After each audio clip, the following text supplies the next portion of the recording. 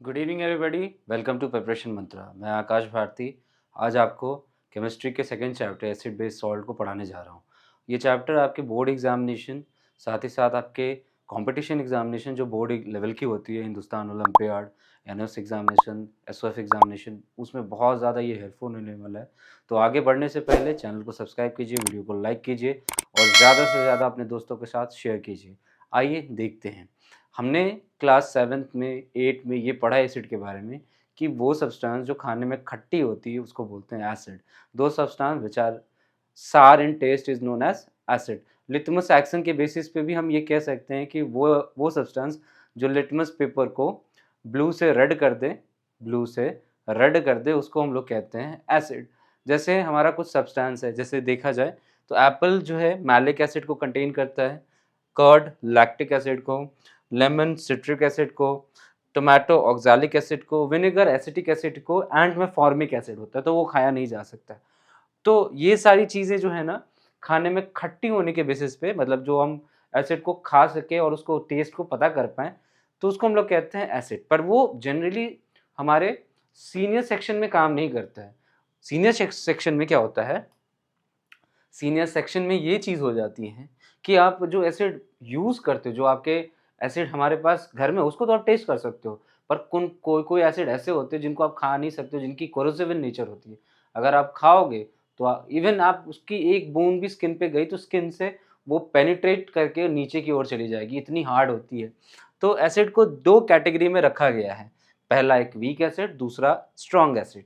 Weak acid generally organic substance होते हैं, natural occurring होते हैं। एस्कॉर्बिक एसिड जिसको हम विटामिन सी कहते हैं, ये लेमन में होता है। उसके बाद टार्ट्रिक एसिड, लैक्टिक एसिटिक, ये हमारे खाने के लायक होते हैं, ईटेबल होते हैं। पर स्ट्रॉन्ग एसिड के केस में हम इनको खा नहीं सकते, एक्सेप्ट एक ऐसा एसिड है जो कि स्ट्रॉन्ग कैटेगरी में होने के बाद भी उसको हम लोग खाते हैं।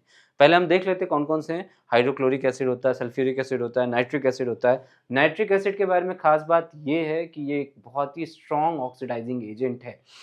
कार्बोनिक एसिड एक ऐसा एसिड है जो हम उसको खा सकते हैं, स्ट्रॉन्ग एसिड होने के बावजूद भी, स्ट्रॉन्ग एसिड होने के बावजूद भी इसको हम खा सकते हैं। और ये स्ट्रॉन्ग एसिड क्यों है? क्योंकि ये नेचुरल ऑकरिंग नहीं है, ये नेचुरल ऑकरिंग है, सॉरी नेचुरल ऑकरिंग है, पर ये हमें प्लांट और एनिमल से नहीं मिलता, ये कहाँ से मिलता है? मिनरल से मिलता है। तो हमें क्लास 10th में क्या पढ़ना है? हाँ, पानी के एक्शन पे, मतलब कि अगर कोई एसिड पानी में मिलने के साथ H प्लस आयन या हाइड्रोनियम आयन, ये हाइड्रोनियम आयन क्या मैं बताऊंगा, आप जनरली ये समझिए कि जो H प्लस आयन को प्रोड्यूस करता है उसको हम लोग कह देते हैं एसिड। ये हमारा जो कंसेप्ट आया है वो आर्हेनियस के तहत आया है। आर्हेनियस साहब ने ये बोला था कि वो सब्सटेंस जो पानी में मिलने के बाद हाइड्रोजन या हाइड्रोनियम आयन को प्रोड्यूस करता हो उसको कहते हैं हम लोग एसिड। जैसे हमारे पास HCl है, HCl पानी के साथ रिएक्ट करके H प्लस और Cl- बनाता है। आपको यहाँ पे ये H प्लस दिख रहा होगा, ये अनस्टेबल है। तो ये अनस्टेबल H प्लस आयन पानी के साथ रिएक्ट करके स्टेबल हाइड्रोनियम आयन प्रोड्यूस करता है। अब हम लोग जो है कुछ कुछ देख लेते हैं। जैसे हमारे पास सल्फ्यूरिक एसिड को पानी में मिलाया तो H3O plus plus SO4 2 minus आ गया। सेम ऐसा ही चलता गया नाइट्रिक के साथ और सल्फरस एसिड के साथ। हमें एक टर्म पढ़ना था क्लास 8 में या आई थिंक 7 में पढ़ना है, वो होता है एसिडिटी और बेसिसिटी। मतलब अगर एसिड में कितना number of replaceable hydrogen ion produce होता है उसको हम लोग कहते हैं उसकी बेसिसिटी। तो बेसिसिटी का मतलब क्या होता है? The number of replaceable hydrogen ion produced when the acid is hydrolyzed is known as basicity।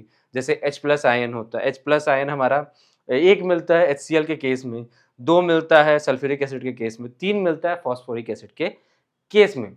अब हम लोग आर्हेनियस की लिमिटेशन पढ़ने वाले हैं कि भैया इन्होंने क्या ऐसा कर दिया कि इनकी कॉन्सेप्ट आगे नहीं बढ़ पाई, वो हम लोग आगे देखते हैं।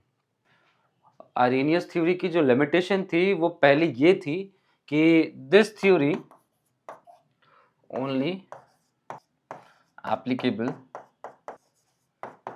to aqueous solution, not applicable for gas or non aqueous, not applicable for gas और नॉन एक्वस। ये एसिड के लिए सिर्फ इनकी लिमिटेशन है। उसके बाद दूसरी इनकी लिमिटेशन ये थी कि ये वो सब्सटेंस जो सिर्फ H+ आयन को कंटेन करते हैं वही एसिड कहलाते हैं। दो substance which only contain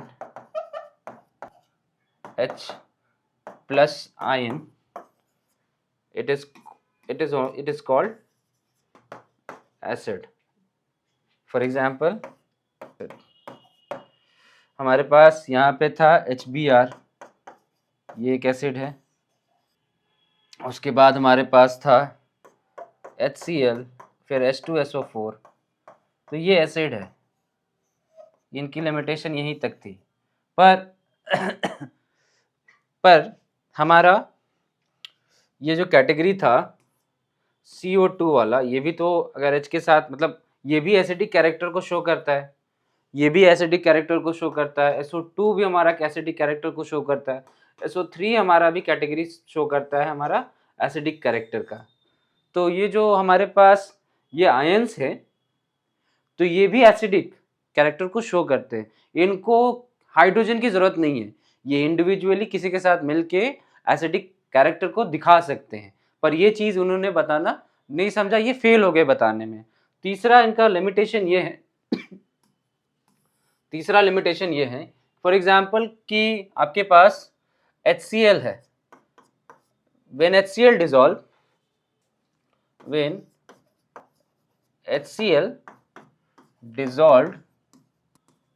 in water, मतलब ये सॉल्वेंट पे बताया, इन्होंने थ्योरी दी थी, मतलब सॉल्वेंट लेवल पे इसको देखा जाए तो वो थ्योरी जो थी फेल हो गई थी।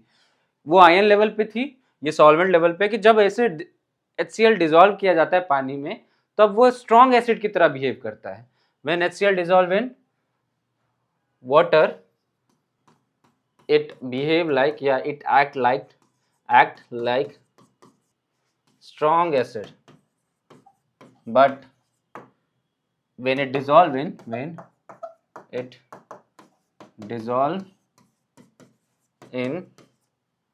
benzene,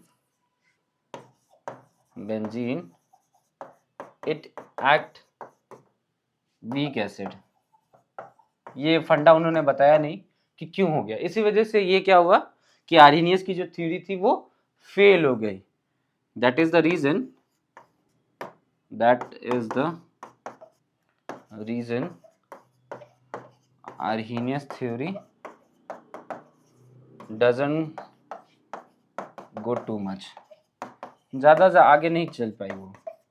तो इसके बाद लेविस बोनास्टेड थ्योरी आई, वो हमें क्लास 11th में पढ़ना है, ये हमें 10th में जानना था कि एसिड क्या था, एसिड कैसे कहते हैं, कैसे किस प्रोटोकॉल से कहते हैं, क्या लिमिटेशन थी। अब हम लोग जो है एसिड की जो ना लिमिटेशन वगैरह तो पढ़ लिए, अब इसकी केमिकल और फिजिकल प्रॉपर्टी पढ़नी है। तब तक के लिए चैनल को सब्सक्राइब कीजिए, वीडियो को लाइक कीजिए और ज़्यादा से ज़्यादा अपने दोस्तों के साथ शेयर कीजिए। Thank you so much.